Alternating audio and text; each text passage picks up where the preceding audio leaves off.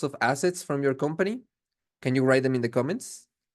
Now tell me, do companies need to pay salaries, material, rent? Yes, right?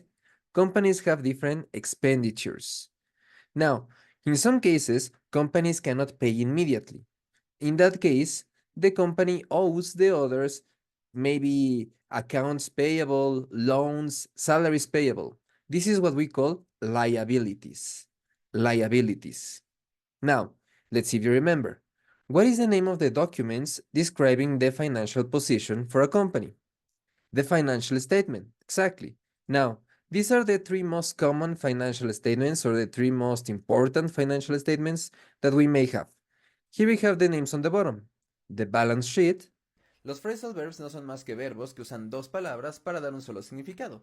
Por ejemplo, en español diré despertar, pero en inglés tendré que decir wake up. Esto nos